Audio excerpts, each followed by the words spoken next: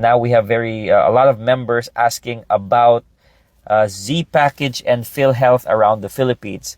So if you don't know what a Z package is, it is a package of certain hospitals that approve a hip or knee replacement for free in certain government hospitals usually.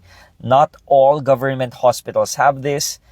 And they are asking saan po maoperahan. Here in Cebu City, if I'm not mistaken, Vicente Soto is the government hospital with a Z package.